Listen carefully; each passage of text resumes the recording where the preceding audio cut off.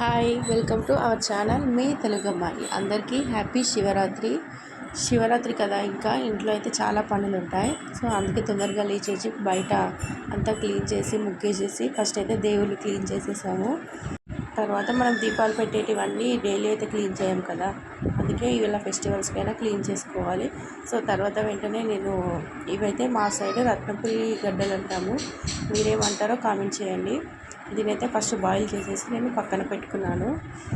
తర్వాత గడప దగ్గర క్లీన్ చేసి గడప పైన ముగ్గేసేసి తర్వాత ఇలా తులసి కోట దగ్గర ఈ కుబేర ముగ్గు వేశాను. ఈ ముగ్గు ఎంతమందికి తెలుసు, కానీ ఇది మన అన్ని తులసి కోటల ముందు ఉండాలి ఖచ్చితంగా. ఈ ముగ్గు కంపల్సరీగా మనం వేసుకోవాలి. ఈ శివరాత్రికి మా పాపకైతే మనం మిగిలిన క్లాత్తో ఈ ఫ్రాక్ కుట్టాను, టాప్ లాగా. సో ఇంకా బాటం ఏం లేదు కాబట్టి ఇంట్లోనే ఎల్లో కలర్ ముగ్గు ఉంటే కాసేపటికి కదా అని అలా మ్యాచ్ చేసేసాను. సో మా పాప ఎలా ఉందో, ఈ డ్రెస్లో ఎలా కనిపిస్తుందో కామెంట్ చేయండి. మా పాప చూసారా, గాజులు ఒక్క చేయికి వేసి తీసి మళ్ళీ ఒకటే చేయికి వేసుకుంటుంది, రెండు గాజులు రెండు చేతులకు మాత్రం అస్సలు ఉంచుకోదు. సో తర్వాత ఇంట్లో ఇలా పూజ కంప్లీట్ చేసేసుకున్నాము. ఇంట్లో దీపాలు వెలిగించి పూజ కంప్లీట్ చేసేసుకున్నాము. ఇంకా టీవీలో అయితే మొత్తం ఈరోజు శివుని సినిమాలే చూద్దామని చూస్తున్నాము. సో తొందరగా ఇంట్లో పూజ చేసేసుకొని శివాలయానికి అయితే వెళ్ళాలని నేనైతే రెడీ అయిపోయాను. సో మొన్న నేను స్టిచ్ చేసుకున్న బ్లౌజ్ అని వీడియో పెట్టాను కదా, అదే ఈ బ్లౌజ్ నాకైతే చాలా బాగా నచ్చింది. హ్యాండ్స్ అయితే నాకు భలే అనిపించాయి. సో ఇంట్లో పూజ చేసేసి తులసికోట దగ్గర దీపం పెట్టేశాను. ఇలా మేము ఇంట్లో కూరాడకుండా కూడా దీపం పెట్టేసి ఇలా స్పెషల్ డేస్కి ఇక్కడైతే ఖచ్చితంగా దీపం పెడతాము. తర్వాత టెంపుల్కి వెళ్దామని ఇలా అన్నీ రెడీ చేసుకున్నాము. ఫ్రూట్స్, పప్పు, బెల్లం అన్నీ ఒక దాంట్లో మిక్స్ చేసి రెడీ చేసేసుకున్నాము. తర్వాత అయితే మేము టెంపుల్కి బయలుదేరాము. టెంపుల్ అయితే మాకు కిందే ఉంది, ఇంటి దగ్గరే ఉంది. ఇలా నేను మా పిల్లలు అందరం టెంపుల్కి వెళ్ళిపోయాము.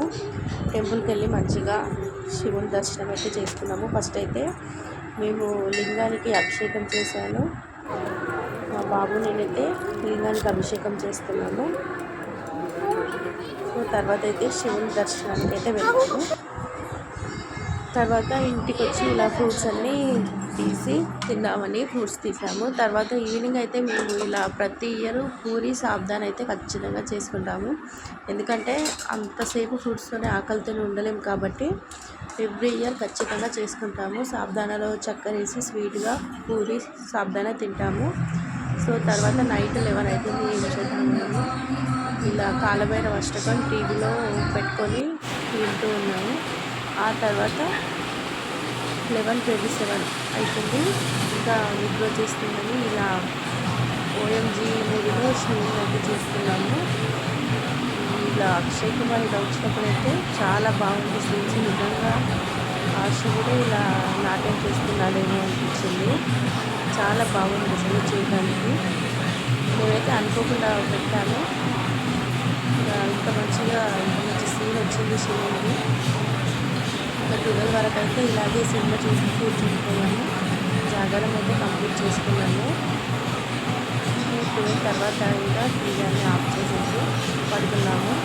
మళ్ళీ పొద్దున్నే మార్నింగ్ లేచేసి అన్నీ ప్రిపేర్ చేసుకున్నాము. ఎందుకంటే ఒక పొద్దు కోసం ఒక పొద్దు వదిలేయాలి కదా, అందుకని మంచిగా చక్కగా దేవునికి అయితే పూజ చేసుకొని కొబ్బరికాయ అన్నీ కొట్టేసి నైవేద్యం పెట్టి ఇంకా స్టార్ట్ చేద్దాము తినడం అని మంచిగా అయితే పూజ చేసుకున్నాము.